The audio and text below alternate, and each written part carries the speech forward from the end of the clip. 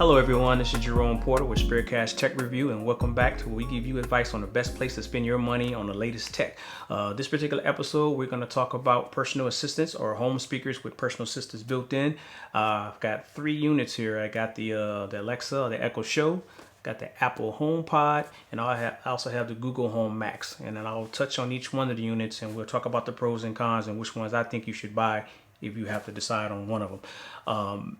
I'll start first with the Echo Show. Echo Show, probably the most versatile out of all 3 of these units. I mean, you have internet, you have you can look at a YouTube, you can control a lot of home devices like your lights, you can control your thermostat. The sound now, as far as this, actually I'll talk about the personal assistants. The Alexa personal assistants, I think is very good. The majority of the questions that you ask it, you'll get an answer. You know, typical things like what's the weather and maybe what's somebody's birthday. You can't go too in depth with your questions, but there's a lot of things you can ask and you'll get an answer back. I think the sound is not too bad. It's got a good low end. I think at mid-level volumes. I think if you go too high up, it starts to distort a little bit. At least I think so. I don't think the sound is as strong, but it sounds good if you're going to play it around mid-level. And so that's my thought. The Apple HomePod. This is usually the Siri assistant, which is normally with your personal assistant. We're doing with your Apple phones.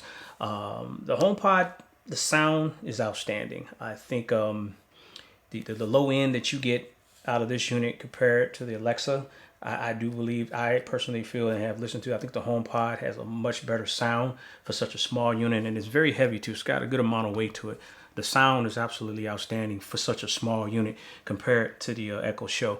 The Siri as personal assistant, on the other hand, I really don't think is that great. There's a lot of questions that I ask it that Siri just don't know.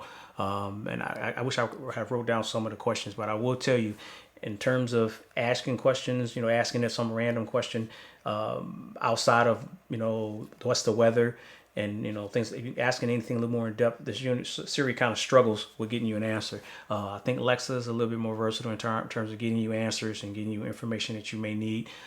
Siri, personal assistants, I really don't think that's strong, which is actually kind of surprising because Siri really was one of the first personal assistants that came out that really kind of hit mainstream with the iPhone. So I was really surprised that they didn't, maybe, I don't know how the networks work, but I don't understand why the return answers that you get back, you know, it doesn't really, they're not very good at giving you a good answer back. Okay, the Google Home Max. Now, this particular unit uses Google Assistant, personal assistants, and I will say this is probably the best personal assistant you can get. Google Assistant, I mean, you can pretty much ask it anything, and I think you're going to get an answer back for it. Questions that you would think were rather random, you know, I normally will get a return, or at least this unit will actually tell you a website that you can go to that can give you the information. So you always get something back. The sound, this particular unit will fill a room. I mean, the low end is great, even at high volumes. You can. This thing has really good sound compared to these other 2 units here. So if I had to kind of just make my pick on which ones I would go with, I would probably say the Google Home Max.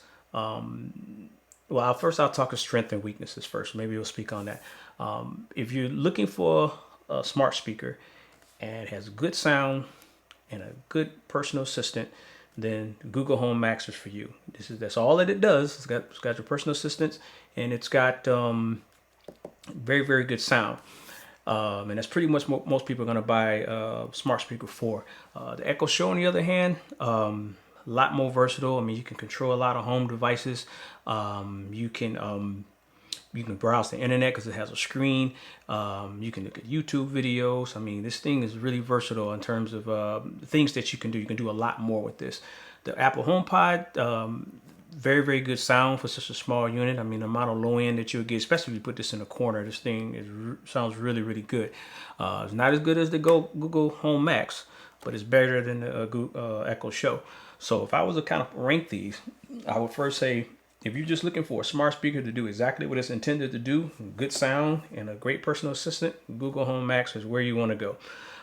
If you're looking for a smart speaker that's very versatile and you can do a lot more than just get a personal assistant and just get music out of it or get audio out of it, but if in okay audio, then this is what you want to go with.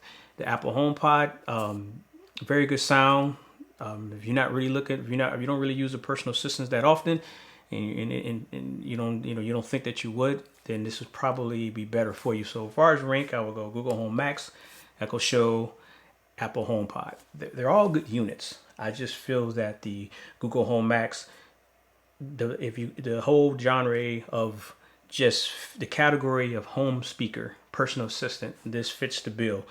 This will give you more than what a home speaker would typically give you. A home smart speaker would give you. Siri, I think, falls short on this personal assistant side. I don't know what they would have to do to improve the ability to get an answer back when you ask certain questions, but Apple HomePod is not that great. So anyway, Google Home Max, Echo Show, then Apple HomePod. That is my review.